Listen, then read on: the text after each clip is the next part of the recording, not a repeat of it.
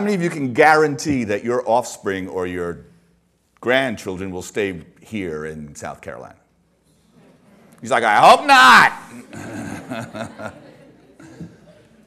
Who knows where they're going to end up?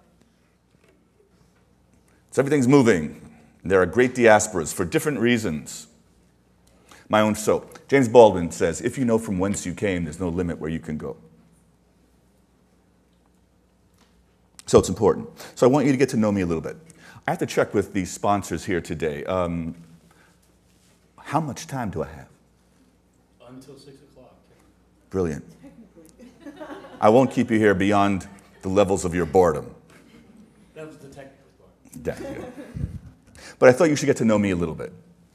When I saw that quote in Greenville, and I hope you do go there one day, it's a great little town, and the Peace Center has marvelous theater and music, I had to ask myself the question, where am I from? And if I was your teacher, I would give you this assignment. So it's optional. But I'd like to share with you my poem called I Come From. And I'll stop along the way because there's a lot of names in here. Essentially, I'm naming my teachers as well as my parents and grandparents. All right? I'll stop along the way. I'm insecure, really, I am, even though I'm up here and I have all this, so I need to get an uh-huh or an amen or like yes, yes, snap, that's good, that's good, that's good. There's no fourth wall, I'm breathing and feeling along with you. I'm not that insecure.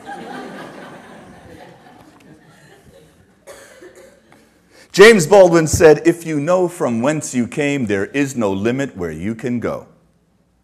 I come from the Bronx, New York, the 6 train, stickball, stick-ups, selling scorecards at the Yankee games. I come from Lupita, my mother, Manolo, my father. She from Tiffany Street, Bronx, USA, English at school, Spanish at home, Tar Beach. You know what that is, Tar Beach? In the tenement buildings, they have tar on the roof. Too much of a pain to go all the way to Coney Island, so you bring a blanket and an umbrella, you go up to the roof with some lemonade. That's Tar Beach. The University of the Streets. He, my father, from Santiago de Cuba, light-skinned, privileged, playboy, Saturday nights at the Tropicana, partying straight through to Sunday morning mass. Who's ever done that? Raise your hand. He's like, don't tell anybody, but I did it. I come from a broken couple. I come from a happy home. I come from rivers of migration. Arabian, Iberian, European, Indian, African. Sidebar. If you're Asian in the living room, and if you're African in the dining room, what are you in the bathroom? European. Yes.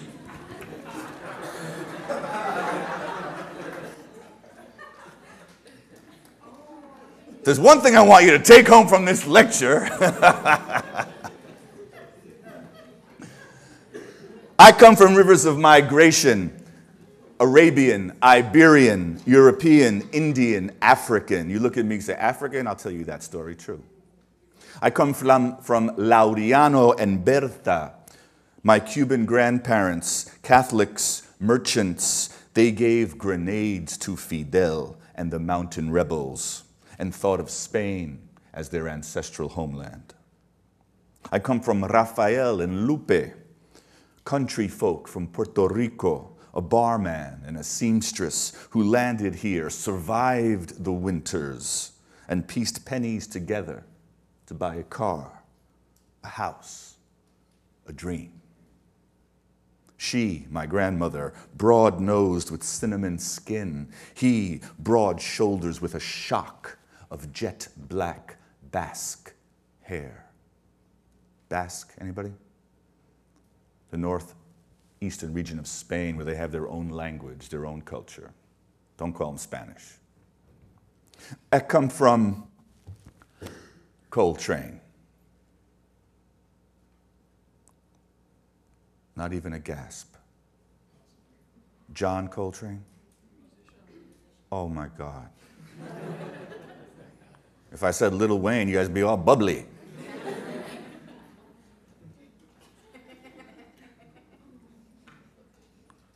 $0.99 on iTunes. Get A Love Supreme by John Cole. I'll give you the money. 99 little cheap cents. You don't have John Coltrane on your iPod. John Coltrane, great African-American jazz saxophonist. Icon. Changed the world. Seriously, he did. I come from Coltrane, A Love Supreme. I come from Wes Montgomery, the great guitarist. I come from Hendrix. Now, you know who Hendrix is. Nana Hendrix. You don't know who Nana Hendrix is? One lady's like, I got the joke. Nana Hendrix was a great R&B singer. I don't know what happened to her. I come from Jimi Hendrix. I'm a guitar player. I come from Leonard Bernstein. Anybody? Leonard Bernstein. Sir, who's that? Conductor and great composer. West Side Story, who wrote the music? I come from Bach. Don't give me the blank stare on that. Do not give me the blank stare on Bach. Just pretend. Johann Sebastian. I come from Machito, Tito Puente, Larry Harlow, the Fania All-Stars, straight up salsa from the street, Jack. I come from Alvin Ailey, Anybody? Alvin Ailey dance? My African American brethren, if you don't know who Alvin Ailey is, you need to know.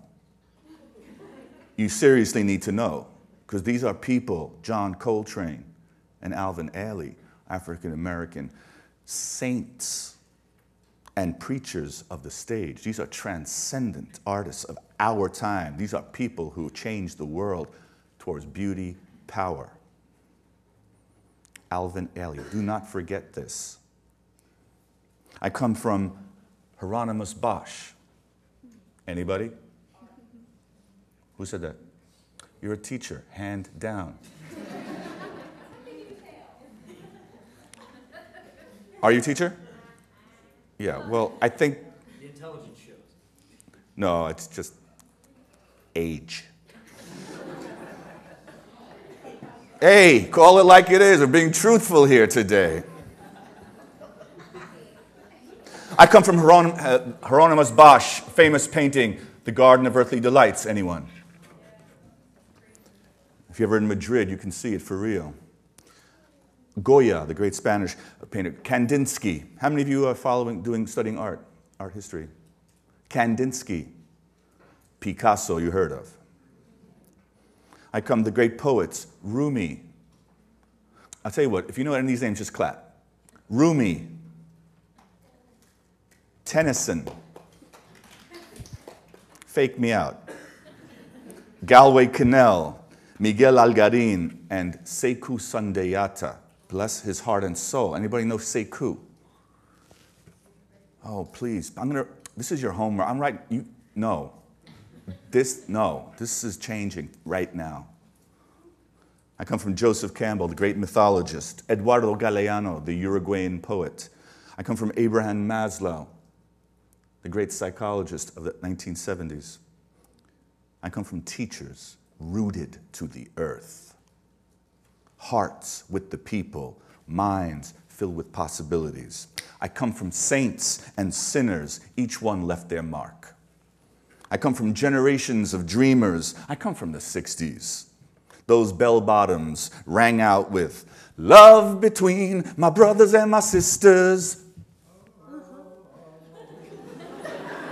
I love you, brother. I love you. I love you. It's not easy to survive. 30, 40 years ago, you're going to be like doing a Jay-Z number. Everybody's like, and you'd be like laying the groove on it. Bell bottoms and peace. I come from the past. I come from the future. I come from the soil. I come from carbon atoms and electrons orbiting at light speed. I come from the graceful trajectories of quarks and uncertainty. I come from the snap of a finger, a long, long, long time ago. Thank you.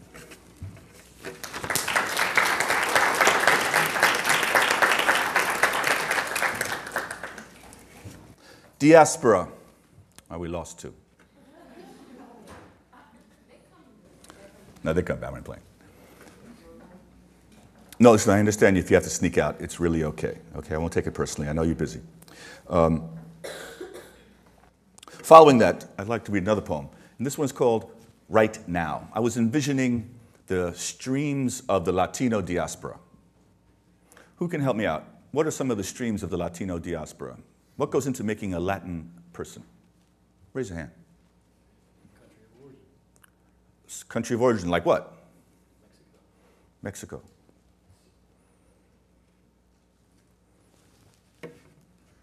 There's no test.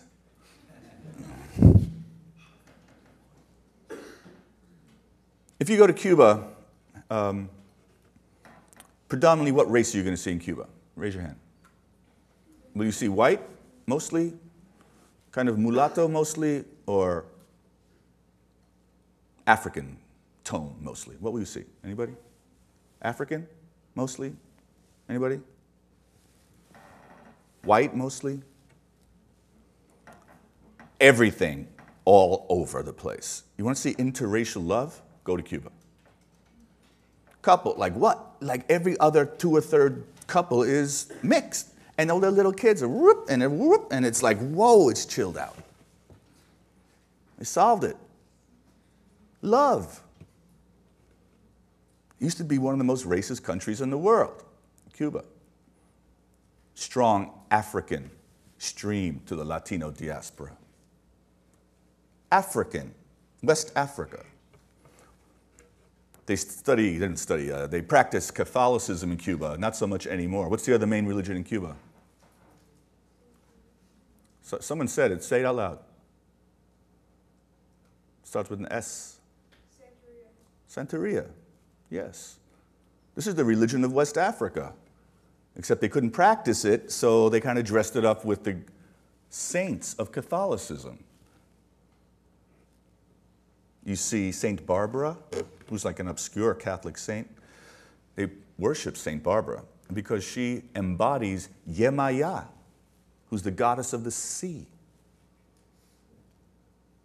And Ogun, African god. See Saint Lazarus. Who was Lazarus from your Bible? What did Lazarus do? Lazarus rose. So, a big stream of the diaspora is African. Of course, there is also Iberia. How did Spanish get to the New World? Say it louder. Yeah, who came over? Portuguese and the Spaniards. And who was here? Who was in the island of Cuba when the Spaniards arrived? Native people, indigenous people of those lands. In Puerto Rico, the Caribs, the Caribbean, you know the word Caribbean, where you want to go on a cruise? Carib is the name of the tribe, also known as the Arawaks, the Taínos. Those are the people who lived in that place. Anyway, here's a poem.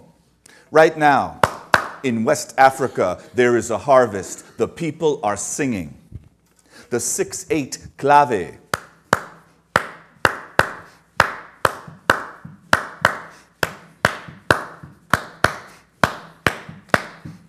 The clave, the 6/8 rhythm moves through their melody, holding it together.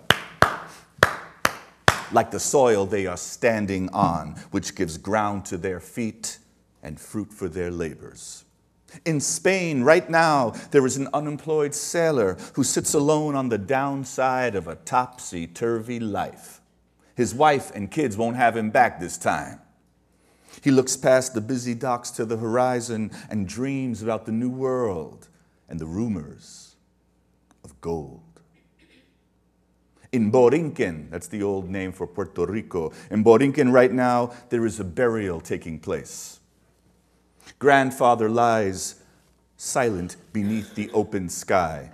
His relatives and friends reverently and joyously dance his spirit to the resting place of the decent. This is the way it has always been.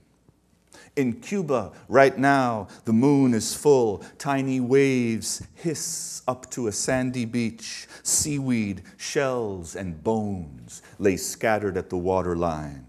The North Star shines brilliantly in the sky. Here in America today, there are men and women who descend from these people, who carry the African, the Spaniard, the Indian underneath our skin, beneath our bad boy caps, our leather jackets and jeans. We trek back and forth and forth and back and forth across the interneted landscapes of the modern world, asking, who am I? Who am I? Who am I? Who am I? Yeah.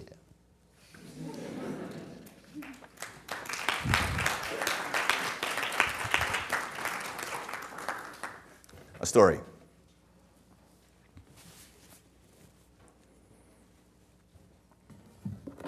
How do we know culture? Through stories, through art, through language. And so I could tell you a couple of stories. How many of you are Hispanic? Have any Hispanic blood? 2, 3, 4, 5, 6, 7.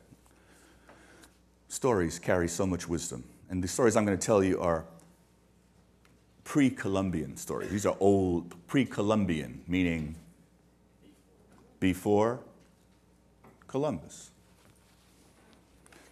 Columbus sailed the ocean blue in 1490. Well, what happened before that? The Vikings, yeah, they dipped their finger in for a second. But there was life and culture here. This is an old story from the Guarani Indians on the northeastern coast of South America. They're still there. Guarani. Ooh, look at that, look at that, look at that. Ooh, look at that, look at that, look at that. I said, ooh, look at that. When he was just a little 1-inch worm, his father hunted with tiny arrows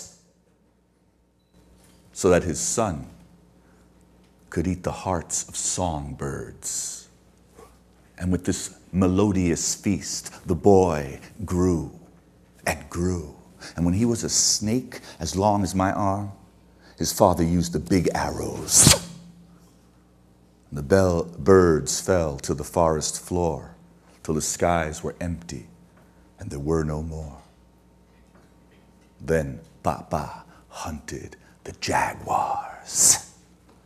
He set his traps. He caught them, clubbed them, cut them, and gave their hearts to his son who devoured them. He grew, and he grew, and he.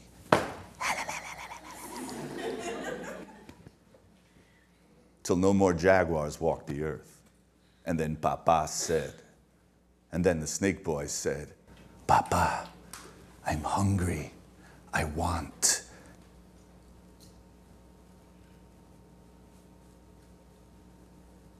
human hearts. And arrow by arrow, Papa emptied the village of all the two-leggeds. And he had to go further and further and further and further to find food for his son, till one day he was up a tree, hunting, hiding. And he was found. The people took him down. Snake Boy waited. And he waited. And driven by gut hunger and pure love, he set out to find his father again. And when he came to the village that had taken him, Snake Boy wrapped himself around that village and began to squeeze out his anger, to exact his vengeance. The villagers were terrified. They took their arrows, dipped them into the fire, and they released them into Snake Boy's skin, into his long muscles and spiny bones. But Snake Boy didn't stop. He didn't stop. Snake Boy rescued his father, and then he jumped up into the air.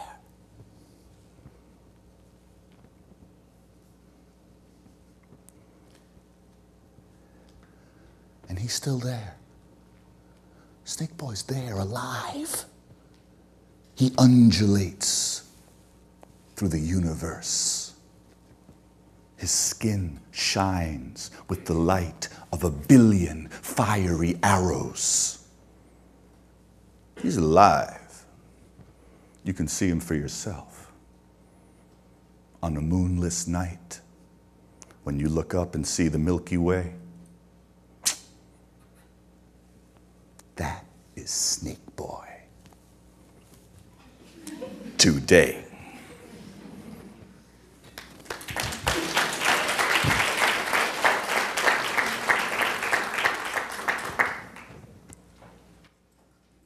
Folk literature. Before we had the science of astronomy, how would you explain the Milky Way? How many of you have seen the Milky Way? You have no telescopes. You know nothing about quantum physics. You know nothing about cosmology. You don't even know the Earth is round. How do you explain that to your son? Who's got a good explanation? Anybody? Let's have some fun. Come on. How did it get there? Make up just about any ridiculous story. Like what? Those are the eyes of frogs who don't sleep at night. There you go. I like that. Let's give him some love, people. That's good. Another ridiculous story. Come on. How did the milk... Why? What is that up there? Anybody? You. I just tell them to play Game Boy. You don't play Game Boy? No, I tell them to watch TV or something. Yeah, don't look up there. Watch TV. Yeah, ignore that. Play this.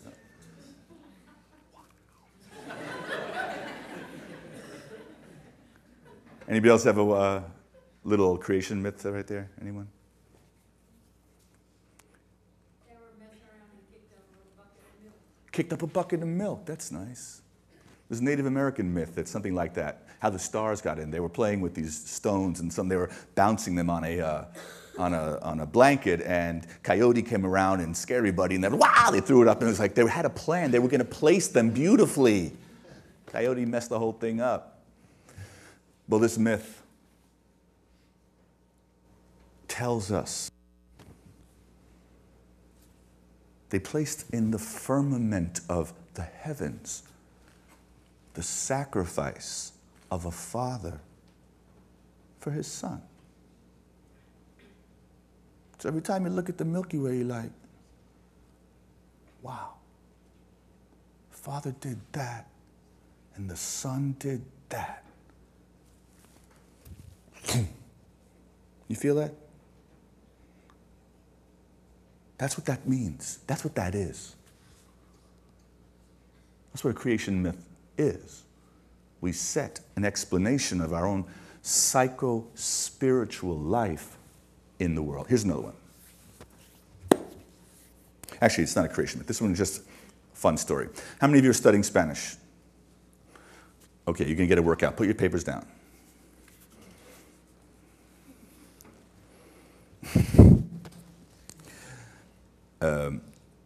It's a story I tell to kids, but it's fun.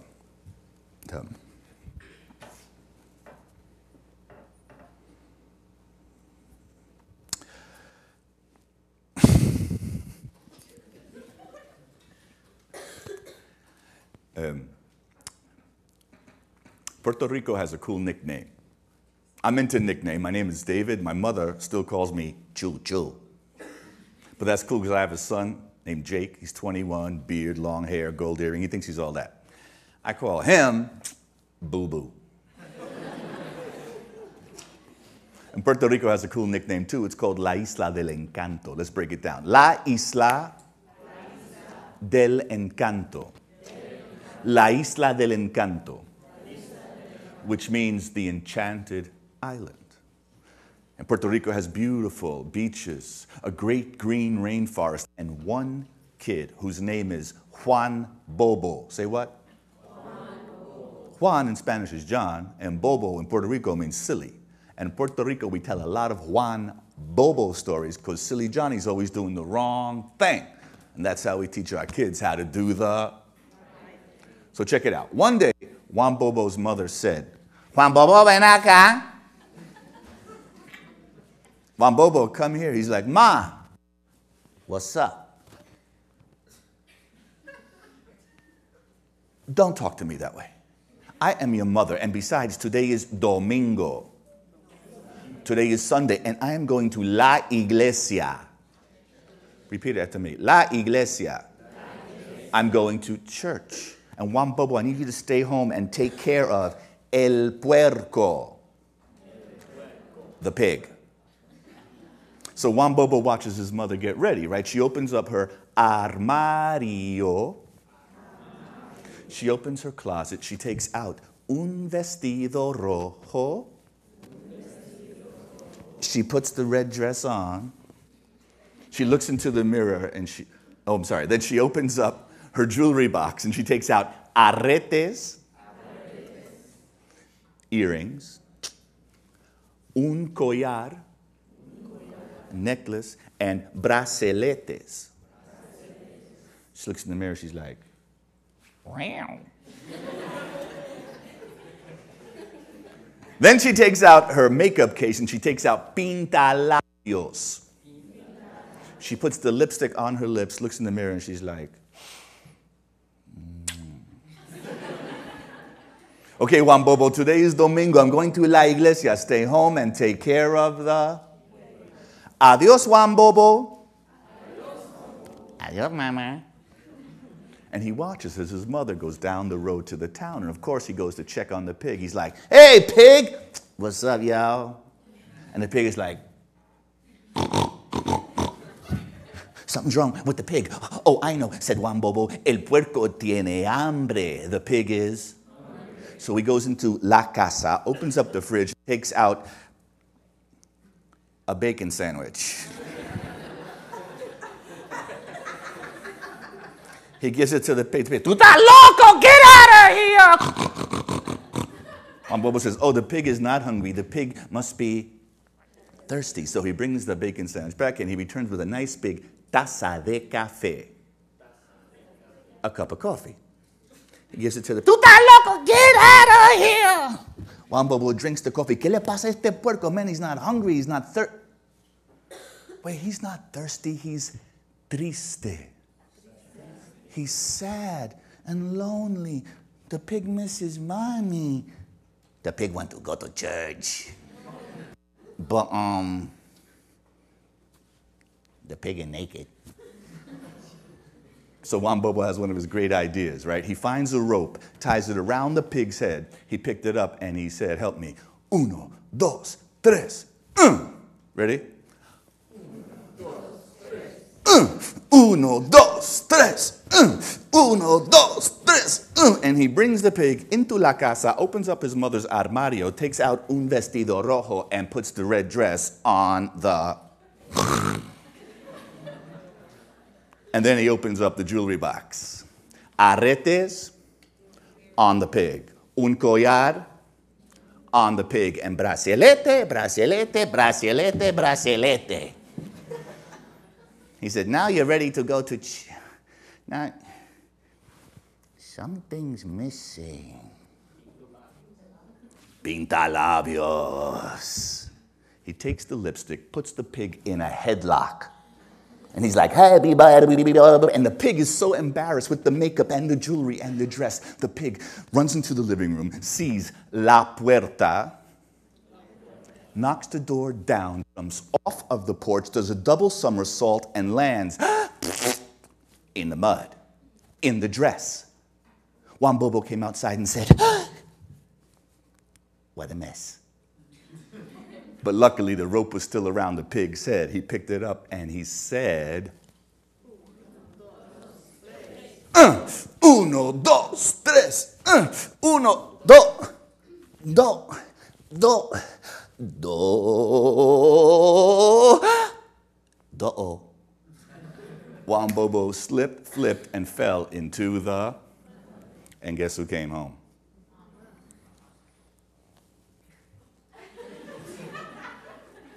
What are you doing in the mud with the pig? In my dress? Mama rolled up her sleeves. She picked up the rope and said, uno, dos, tres. Uno, dos, tres. Uno, dos, dos, dos, dos, tres. Hey, yo. Never mess with Mama. She pulled out the pig, pulled out Juan Bobo, cleaned him from his head to his, and you know, she said, what am I going to do with you? And Juan Bobo said,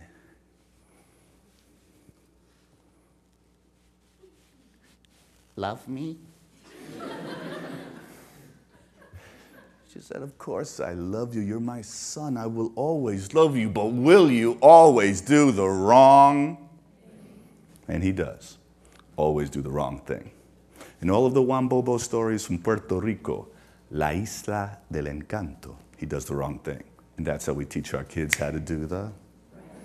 And this is true, man. If you go to Puerto Rico and you get really dressed up, put on your baddest clothes, fix up your hair nice, shine up your shoes, you get totally fixed up.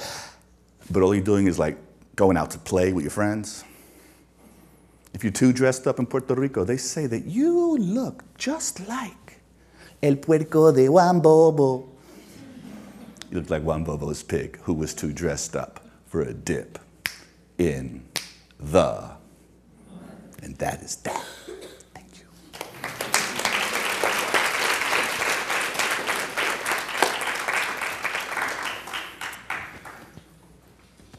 You do a good impersonation of a third grader.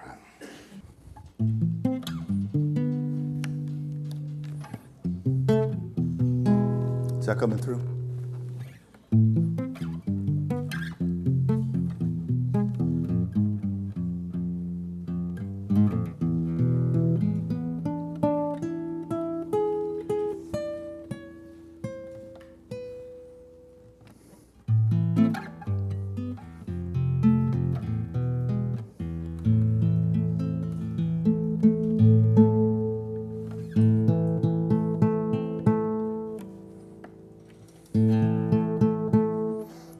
Humidity. I'd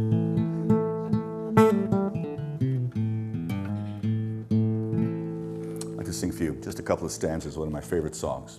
It's called Gracias a la Vida. Translation, anyone? Spanish students? Someone raise your hand so I can make this like intelligible. Anyone? Gracias a la vida? Someone said it. Thank you. Thank you to life. Yes, thank you to life. Like, thanks, life. It's written by Violeta Parra. Violeta Parra was something like I don't know if you're your generation, who it would be. Who's the great singer-songwriter of your generation, somebody? Someone who really says it the way it is. Who is it? Huh? There's got to be somebody. Who is it? Who writes music and songs that like, yes. Who's that? Matt Cuny. Okay, never heard of him, but I believe you. Isn't there somebody? I mean, Alicia Keys, okay. My generation, it was like, and it's still around, people like, even though I'm not a big fan, but people like Bob Dylan. Joan Baez, people like that. Anybody knows what that is, just don't acknowledge it because, like, I got my AARP card right over here. Anyway, Violeta Parra was a great poet, activist, singer, and she died a tragic life. But she wrote this beautiful song right before she died.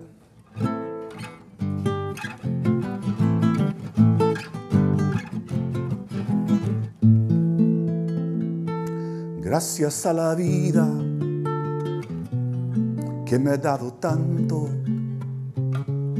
me dio estos luceros que cuando los abro, perfecto distingo lo negro del blanco, y en el alto cielo su fondo estrellado,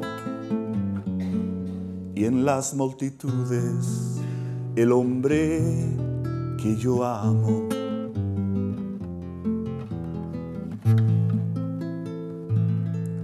Gracias a la vida, she says, gracias a la vida que me ha dado tanto, that has given me so much. You gave me estos luceros, these bright lights, these eyes, que cuando los abro, and when I open them, perfecto distingo. Anyone? I perfectly distinguish. Clearly I see. Lo negro del blanco, black from white. Y en el alto cielo, cielo, anybody, everyone say cielo. Cielo. En el alto cielo, alto cielo. En el alto cielo. And high in the heavens. El hombre que yo amo. Humanity which I love. Next second verse. Gracias a la vida que me ha dado tanto. Me dio, ay caramba, La marcha de mis pies cansados, con ellos anduve, ciudades y charcos, playas y desiertos, montañas y llanos, y la casa tuya, tu calle y tu patio.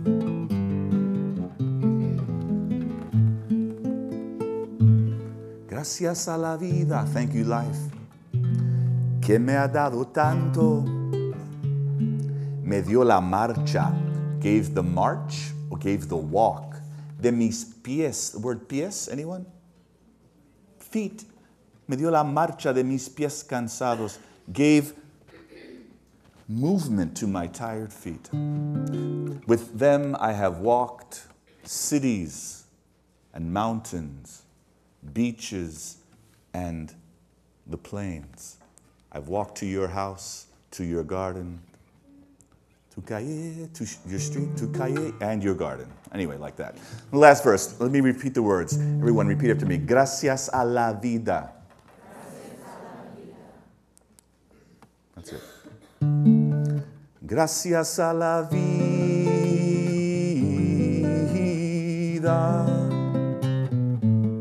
Gracias a la vida.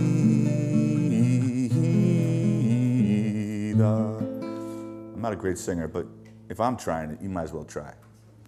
Gracias a la vida.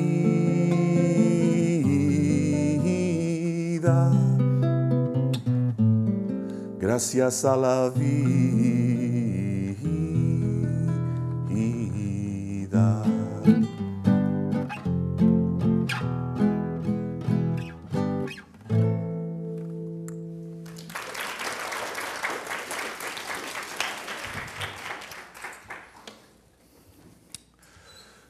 If you know from whence you came, there is no limit where you can go.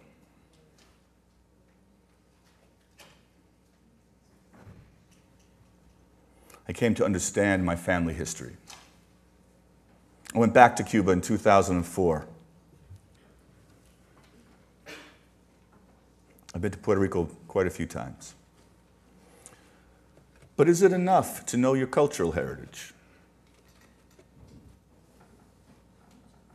It's not. We know that. We have to know who we are beyond our cultures as well.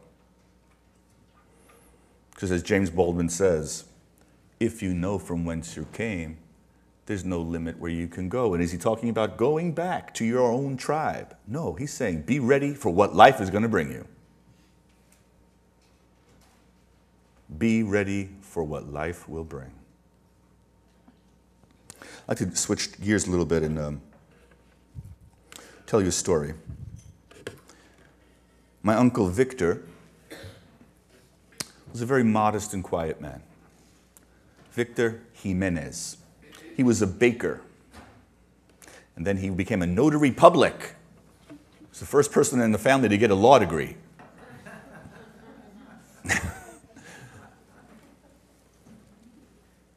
Notary public, I think it takes like a 4-hour class to become a notary public. It lets you like stamp something. And he was a very quiet man, a kind of depressed guy. His wife was a hen-pecking wench. Is it okay to talk about your aunt that way? She's always like, yeah, yeah, yeah, yeah. He's like, yeah, yeah, yeah, yeah. It was hard to be around. See someone beaten down. You know what I'm talking about? Anything like that in your family? Like the power dynamic was so wrong. Anyway, I went to visit him at the nursing home. His wife had passed away. He was 94 years old. And he had dementia. He couldn't manage himself. And I would go visit him, and I'd just sit with him. Once I'd bring my guitar, just to be. I'd hold his hand. And he was on his way out. And one day I go there, and he's really upset. but you can't, he's not intelligible, but he's got these really gnarly fingers that you get, arthritic old thing. He was like clawing his sheets and just like all these grimaces, and he's like, oh, like that. And he's like in a private world of torment. I think on some level he knew that his life was coming to an end, and there was so much stuff left. Can you feel that? Open your heart to that. And then this amazing thing happened. And this is what the poem is about. Tío Victor, wrapped in the cloak of senility. Is that how you say it? Senility. Say it again. Senility. Senility. Thank you. Tío Victor, wrapped in the cloak of senility, inching toward the dark unknown, disturbing the bed sheets with anxiety. Wide-eyed and asleep, he arranges the affairs of his soul between the quiet shores of forgetting and the tempests of his midnight rages. The nurses and attendants tolerate his ranting, calm him with cold compresses, warm hands. They are the knowing voices of tenderness. They are the angels singing him to the gate. At his bedside, holding his gnarled fingers in the palm of my hand, I hum Old Man River. If you can do it with me, do it. Old Man River, that old man river, he just keeps rolling, just keeps on rolling. That old man river, he just keeps.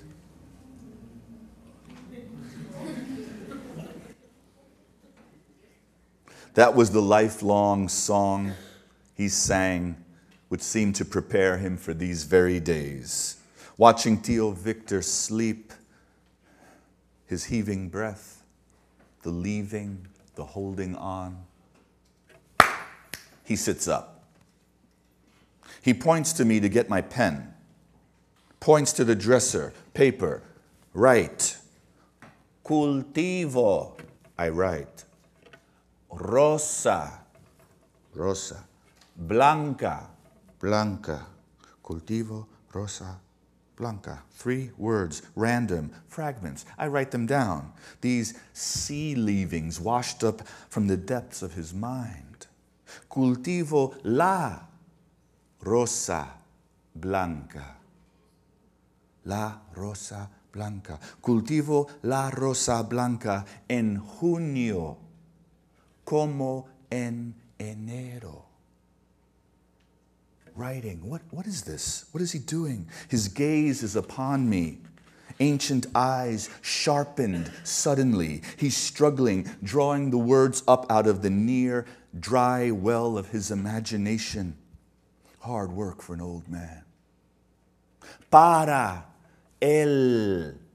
Cultivo la rosa blanca para el amigo sincero que me da su mano franca.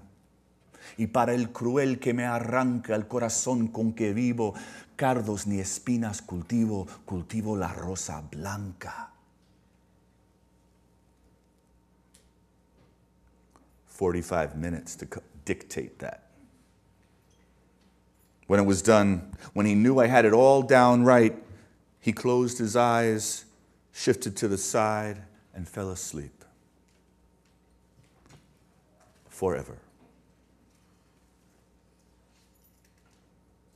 I went home that night and set his sonnet to music, unaware that La Rosa Blanca was Cuban poet José Martí's most famous poem.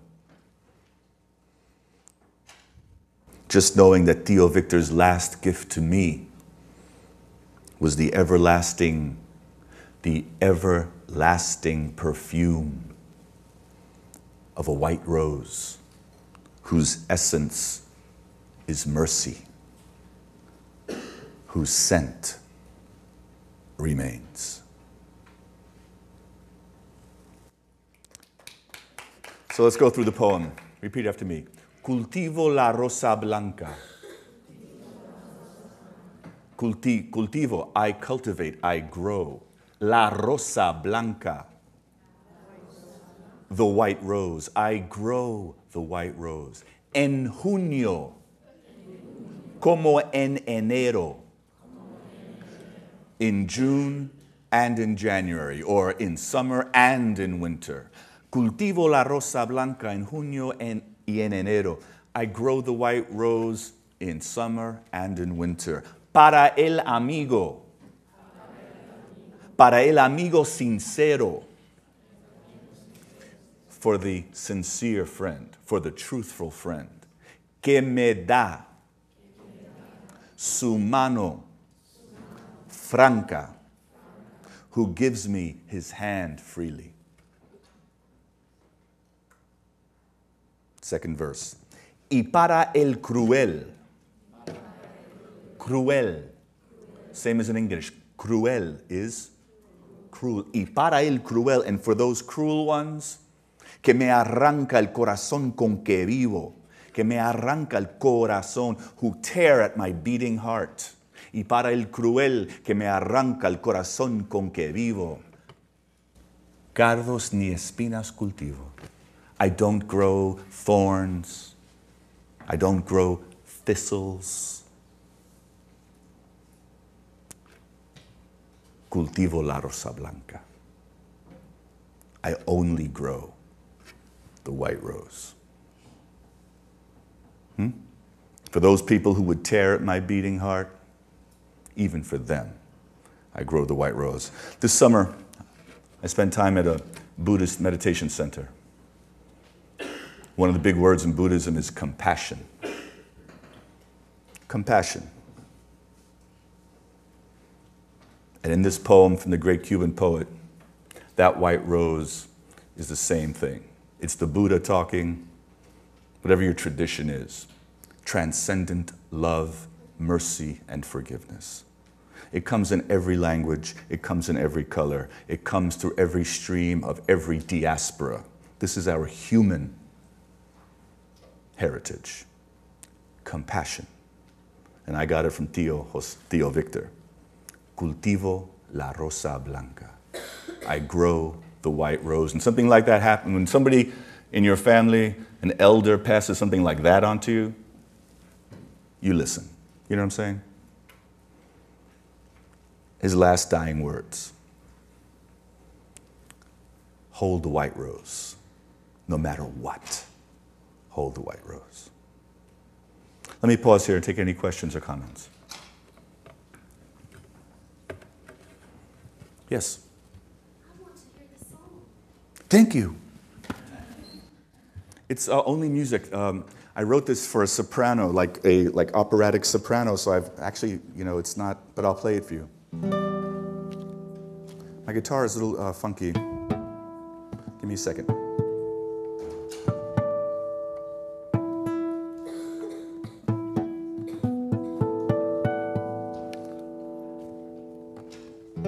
Can you hear that in the house? Okay. Yeah, I don't have speakers in this part, so okay.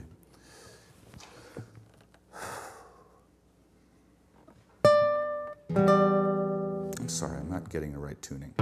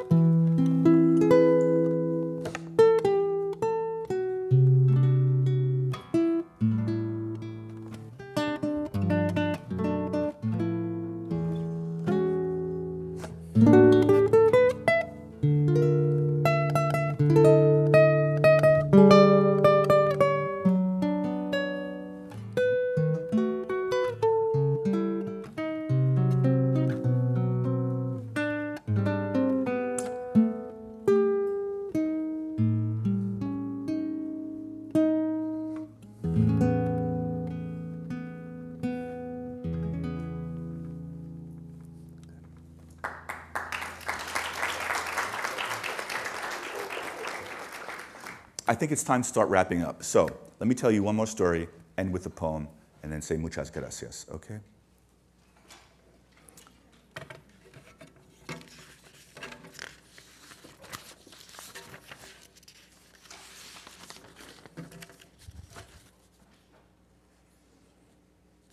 Actually, I think I'll read a poem and then tell you a story.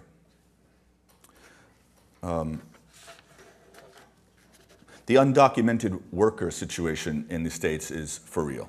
There are over 12 million undocumented workers. I heard a radio station in New York, it's a comedy show in the mornings, a Hispanic station, which does have commercials and really crass ones. So I'm not that pure. And in this commercial, this station, they were talking about, I don't know if those guys speak Spanish. Ese un hindú.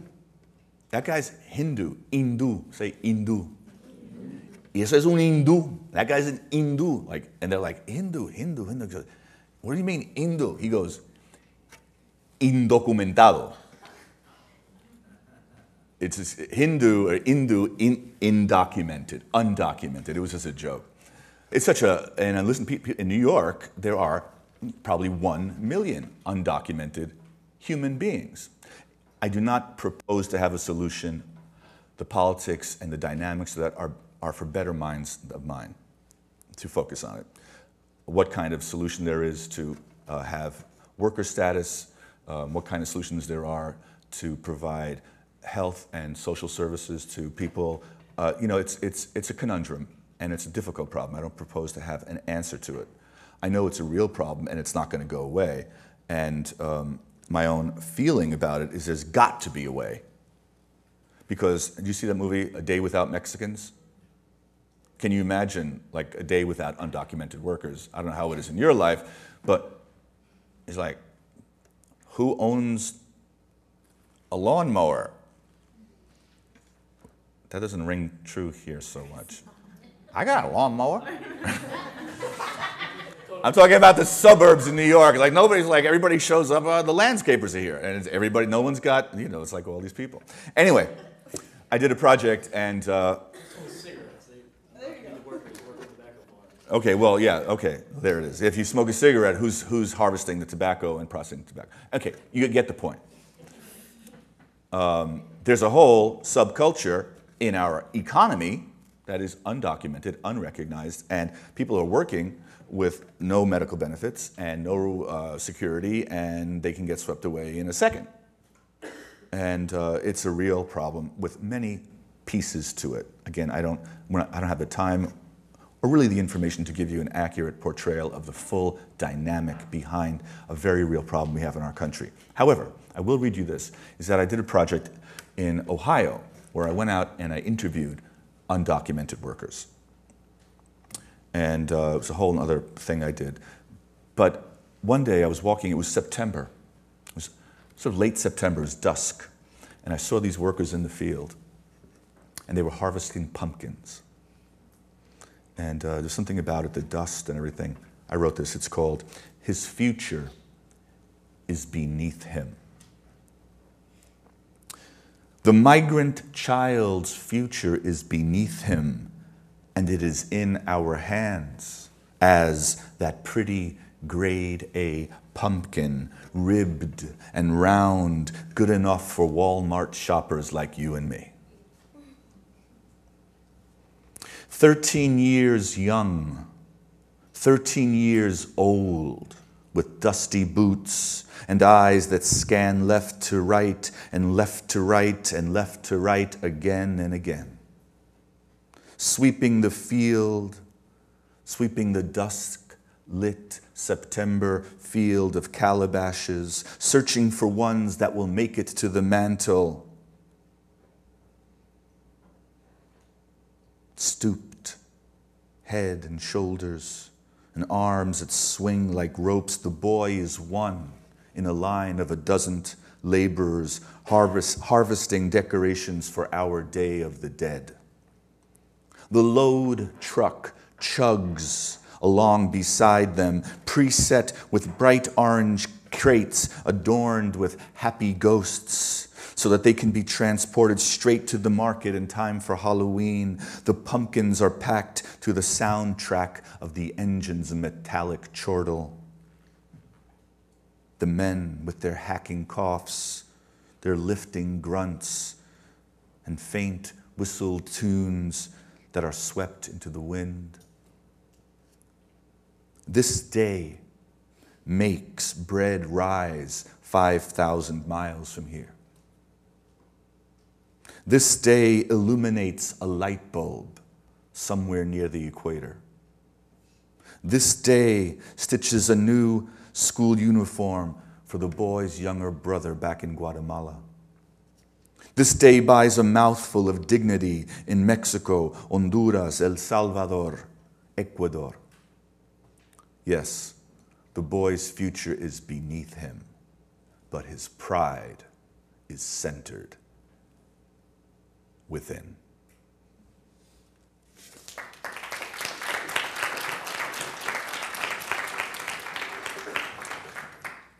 Last story. A number of years ago, I went to Africa. It was a dream of mine to go to Africa. I always wanted to go to Africa. And I did a project teaching English in Tanzania. And I also worked at an HIV/AIDS orphanage. And then I got to climb Mount Kilimanjaro. It's one of the 7 peaks. It's the highest mountain in Africa. 20,000 feet. 20,364 feet.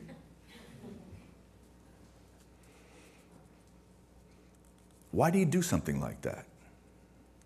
Stay fit. To conquer. There's people like, I'm going to go to every mountain peak in the 7 continents. For me, it was like my life in the city and everything I do, like I had to break out. I got to do something different. And there were many surprises, but none greater than this. It takes 6 days to get to the base camp. Now, we had porters, so it wasn't, but we had people helping, but it was still, it was a job. You hike the last day from 7 a.m. till 6 p.m. You have a little dinner, take a nap. 11 o'clock at night, you hiked all day.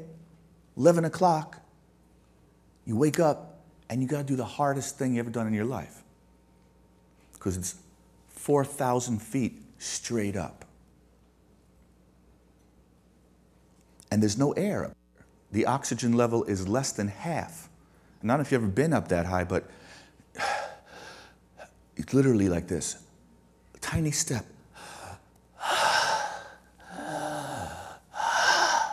And it's 4,000 feet up. And it's cold. And you're exhausted. And you got a little headlamp. Hour after hour. And finally the guide says, we're taking a break. He says, but don't close your eyes. Keep your eyes open. So I switch off my headlamp and I look up. Because the whole time I'm just looking down like, wow, like that. And I look up and talk about Snake Boy. The Milky Way.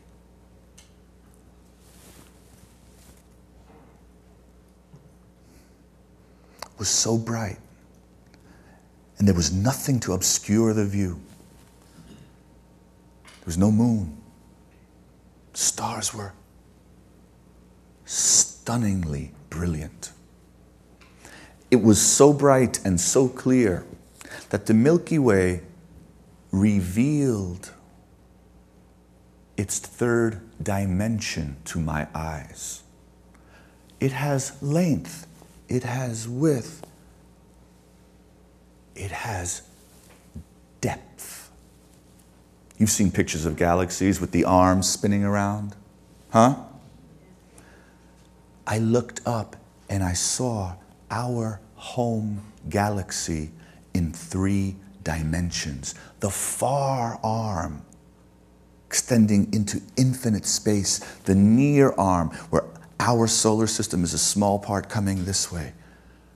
The Milky Way in its full 3D truth. And only when space is in 3 dimensions can we place ourselves in it.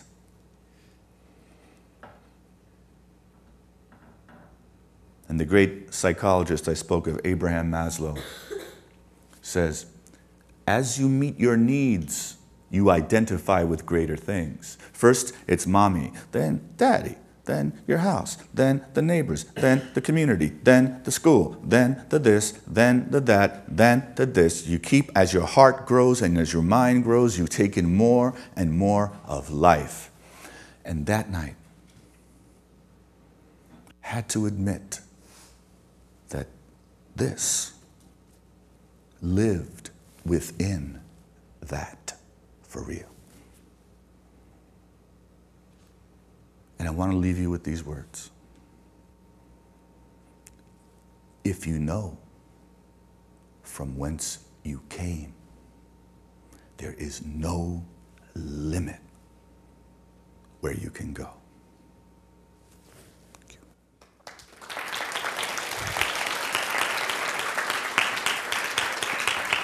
Thank you so much. I neglected to thank the committee who worked so hard, and Daphne, who's not here, she's on maternity leave, I understand, who brought me here. And also, I brought some of my CDs, if anyone wants to. It's poetry with music after the event. Okay, thank you.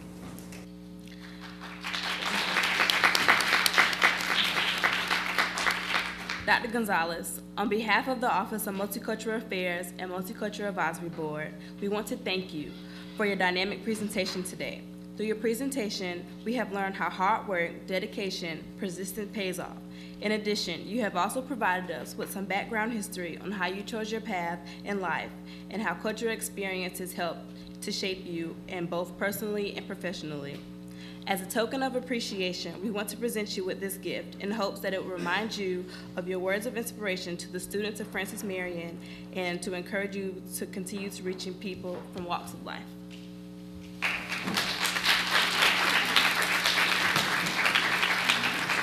Thank you, Canada.